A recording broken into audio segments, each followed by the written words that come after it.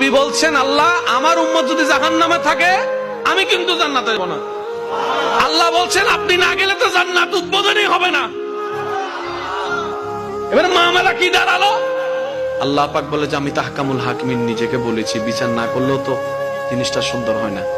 অনবে একটা কাজ করেন, ওয়ালা সাউফা ইউতিকা রাব্বুকা ফাতারদা, আমি কাউকে বলি নাই, আপনাকে না বলেছি।